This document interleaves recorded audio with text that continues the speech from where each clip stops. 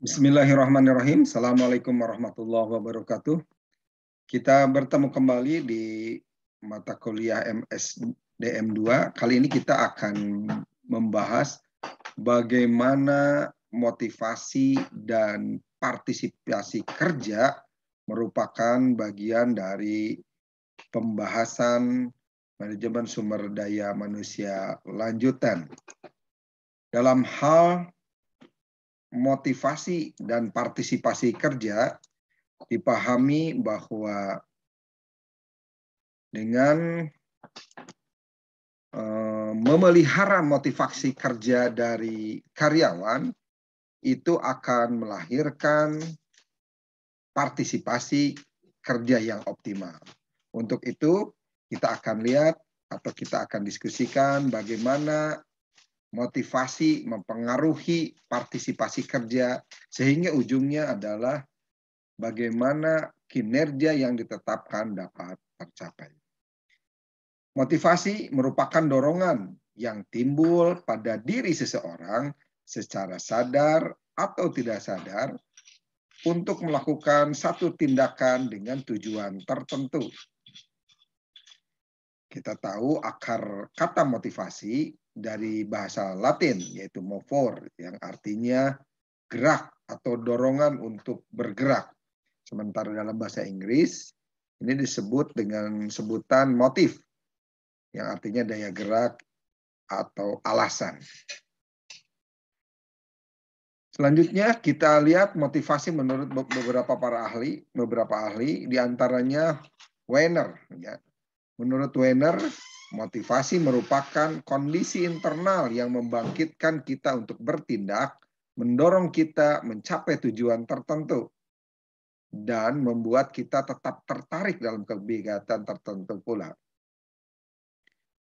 Sementara menurut Santrok, ya, motivasi merupakan proses memberi semangat, arahan, dan kegigihan perilaku. Dalam hal ini, perilaku yang termotivasi merupakan perilaku yang penuh energi, terarah, dan bertahan lama.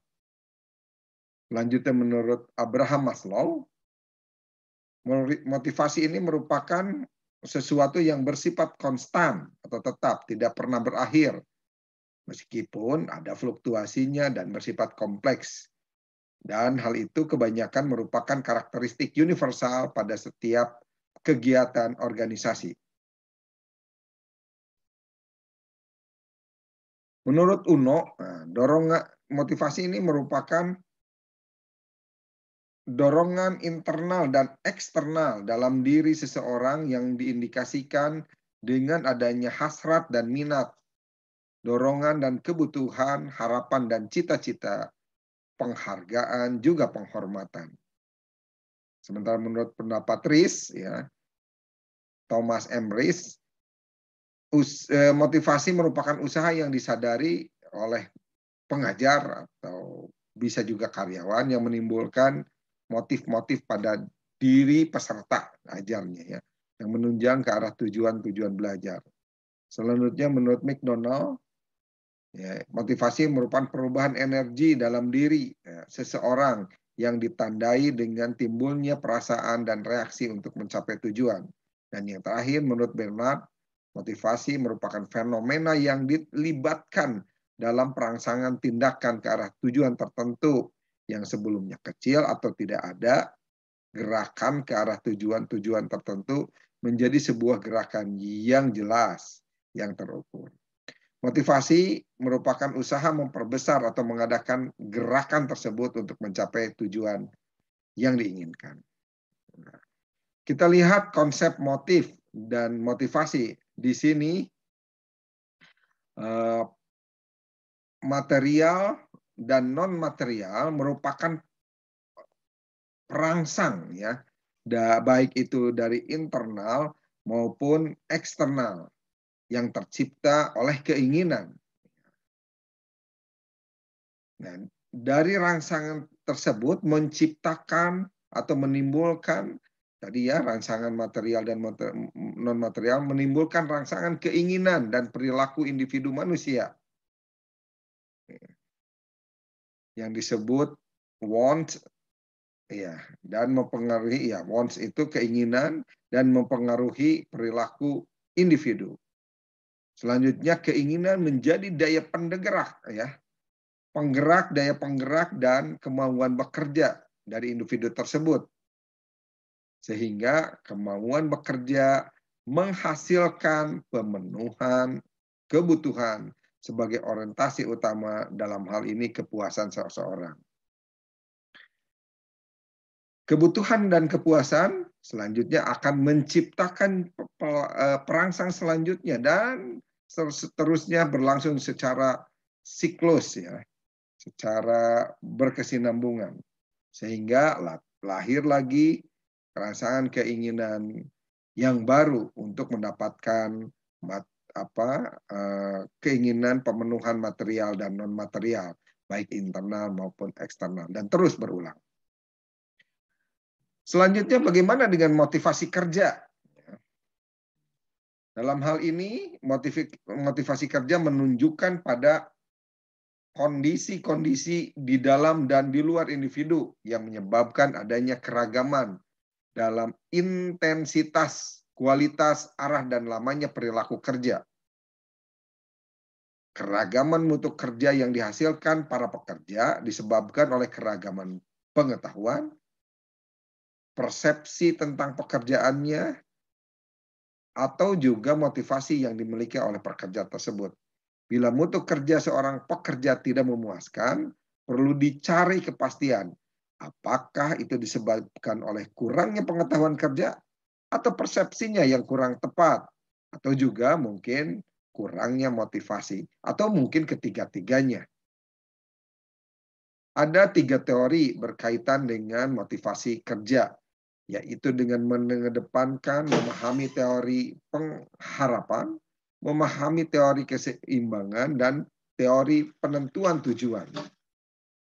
Dalam hal teori pengharapan, orang akan termotivasi untuk bekerja dengan baik bila ada peluang untuk mendapatkan insentif.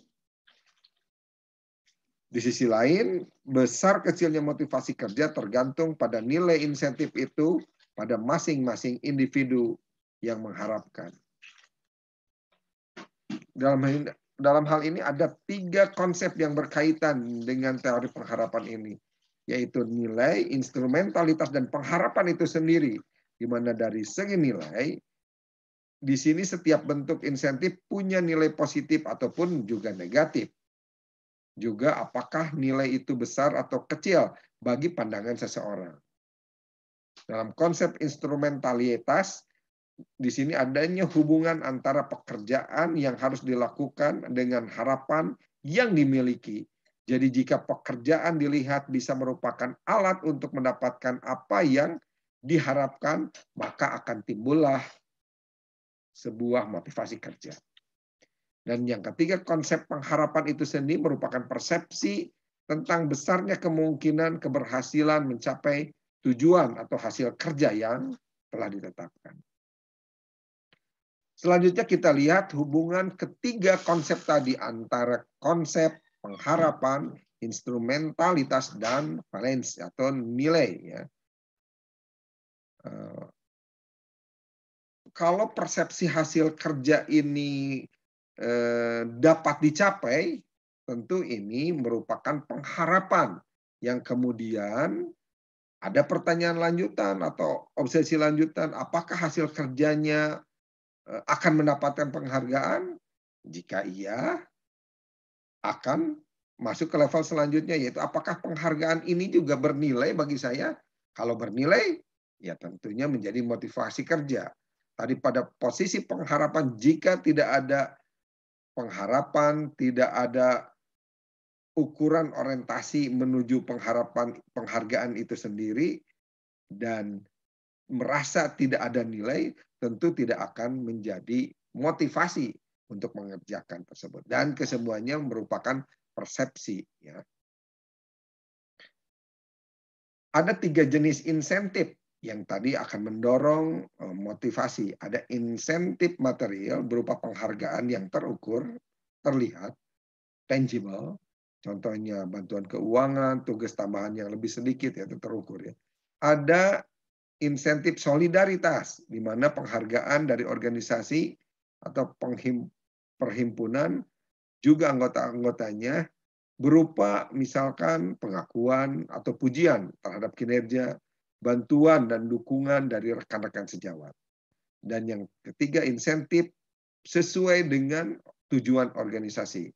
Jadi ketika organisasi menetapkan tujuan dan tercapai, di sini bisa lihat contohnya, jika tugas yang perlu menggunakan pengetahuan dan keterampilan khusus ini ditetapkan, nah ini akan menjadi pendorong yang motivasi.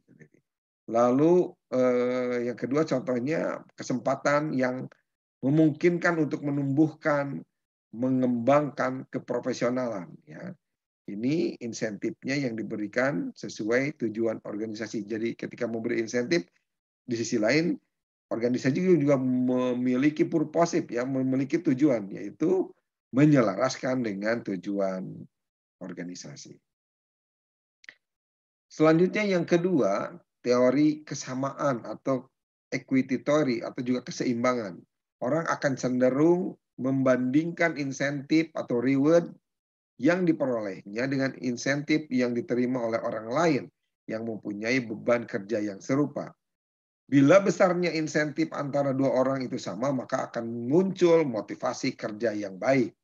Tetapi jika lebih kecil, maka akan timbul rasa kecewa yang kemudian tentunya akan mengurangi motivasi untuk bekerja dengan baik. Dan bila seseorang menerima lebih banyak, maka dia akan jauh lebih termotivasi. Artinya motivasinya akan lebih kuat. Teori keseimbangan ini menyatakan bahwa orang cenderung akan melihat rasio antara beban kerja atau effort dengan penghargaan yang akan diterimanya. Bila seimbang antara keduanya maka akan merasa puas. Tetapi bila sebaliknya akan merasa kecewa atau tidak puas. Akibat selanjutnya adalah menurunnya motivasi kerja tentunya. Selanjutnya kekecewaan itu akan menimbulkan ketegangan batin. Orang akan menderita secara batin dan akan berusaha menguranginya dengan berbagai cara. Misalkan dengan mengatakan bahwa ya barangkali dia telah bekerja lebih keras dan hasilnya lebih baik dari saya.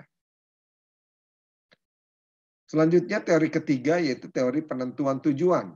Di sini dipersepsikan orang termotivasi untuk mencapai tujuan yang jelas. Sebaliknya, orang akan bermotivasi kerja rendah bila tujuan dari pekerjaannya tidak terukur atau tidak jelas. Di sini dipahami mengapa berbagai permainan atau game sangat memotivasi banyak orang untuk ikut melakukan. Karena tujuan yang harus dicapai ada, jelas, dan tentunya menarik. Ya, misalnya sepak bola. Orang yang tugasnya jelas, tujuannya, dan lebih menantang, biasanya lebih menunjukkan motivasi kerja dan lebih besar daripada orang yang tujuan tugasnya tidak jelas atau terlalu mudah ya untuk mencapainya. Sehingga dengan memberi tujuan tugas yang jelas akan lebih memotivasi daripada hanya sekedar mengatakan bahwa wahai pekerja atau silakan kerjakan dengan sebaik-baiknya. Nah, itu tidak terukur. Padahal tujuannya yang disebut baik itu harus lebih jelas. Penentuan tujuan yang jelas merupakan kepemimpinan tersendiri. Karena itu, kita harus rumuskan dan katakan tujuan setiap pekerjaan dengan jelas. Agar orang-orang yang akan mengerjakan tentunya akan mengetahui dengan baik. Dan ini akan memotivasi mereka untuk bekerja mencapai tujuan itu. Meskipun mereka tidak terlibat dalam penentuan tujuannya. Selanjutnya kita masuk dari motivasi kerja menuju partisipasi kerja. Dipahami menurut Hasibuan, partisipasi merupakan berbagai bentuk peran serta anggota organisasi dalam menggunakan tenaga, pikiran, serta waktunya dalam mewujudkan tujuan organisasi. Menurut Maltese Jackson, partisipasi adalah tanggung jawab karyawan yang tentunya didasari pada kesadaran penuh untuk mematuhi dan mentaati serta melakukan semua pekerjaan atau tugas dengan baik.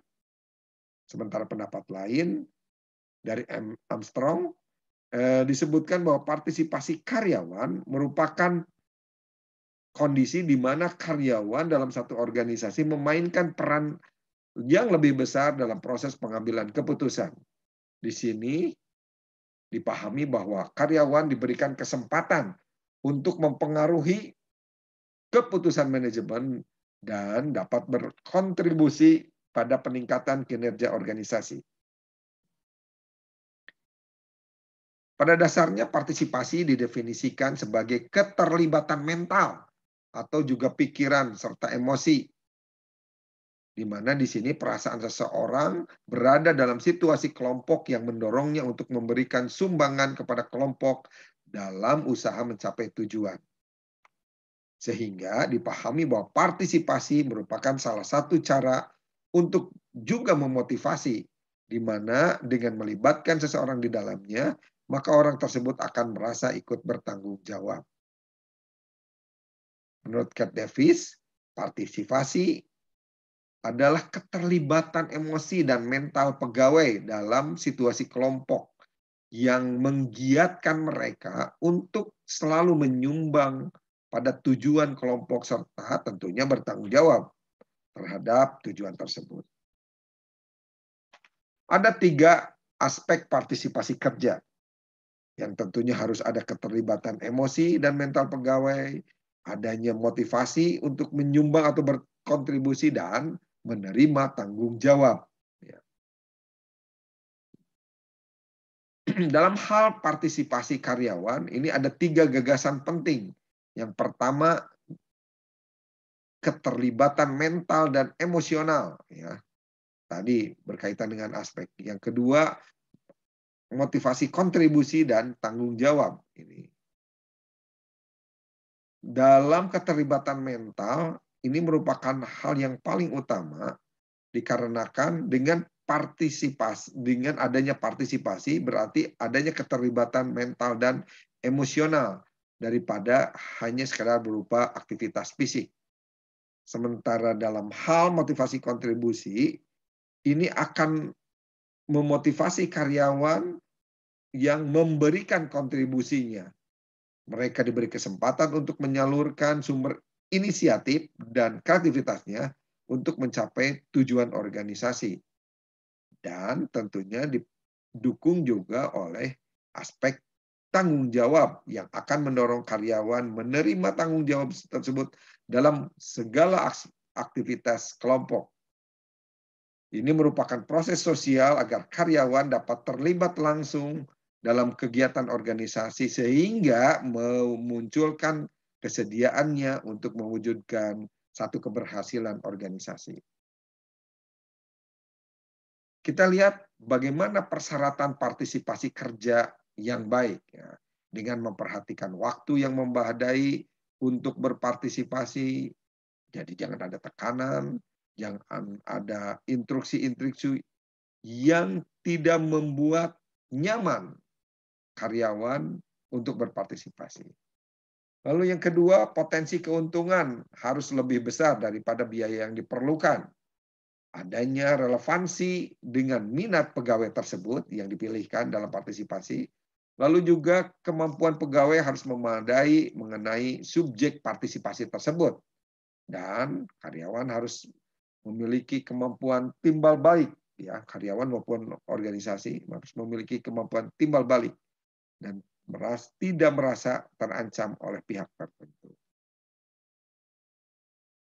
Apa keuntungan partisipasi kerja? Nah, tentunya output atau hasil akan lebih tinggi, kualitas kerja akan lebih baik, motivasi kerja meningkat lebih baik, adanya penerimaan perasaan karena tentunya dilibatkan secara emosi dan mental. Selanjutnya harga diri pegawai lebih tinggi, meningkatnya kepuasan kerja, kerjasama dalam bekerja, dan menurunkan stres dengan partisipasi ini. Lalu juga adanya keinginan untuk mencapai tujuan yang lebih besar, memperkecil turnover, ya keluarnya karyawan, lalu tingkat absensi yang ya ketidakhadiran yang lebih rendah, dan adanya komunikasi kerja yang jauh lebih harmonis. Nah, ada pentingnya juga kita memperhatikan bagaimana partisipasi manajemen. Jadi tidak hanya partisipasi karyawan yang harus didorong. Dengan adanya partisipasi manajemen, ini ditumbuhkan perilaku manajerial ya menurut George S. Odirno. Adanya perilaku manajerial yang tidak otokratik, yang paling sedikit mempunyai dua aspek, yaitu membatasi metode kerja bawahan dan mengontrol penyesuaian bawahan. Ini tentunya dipengaruhi juga oleh berbagai tingkat partisipasi manajemen.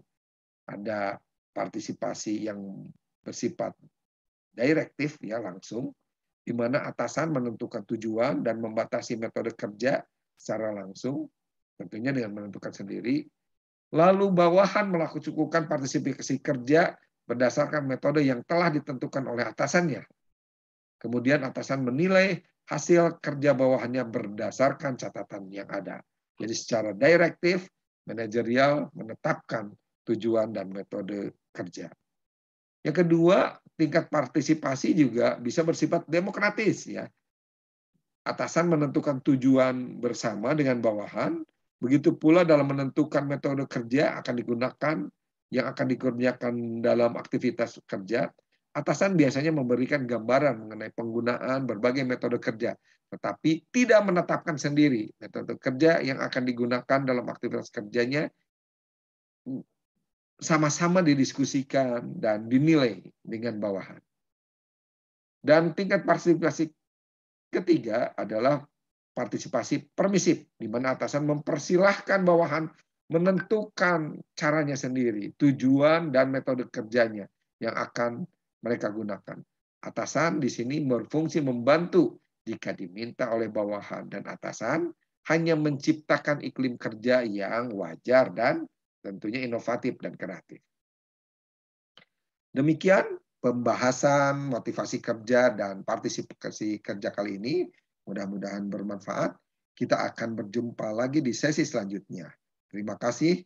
Assalamualaikum warahmatullahi wabarakatuh.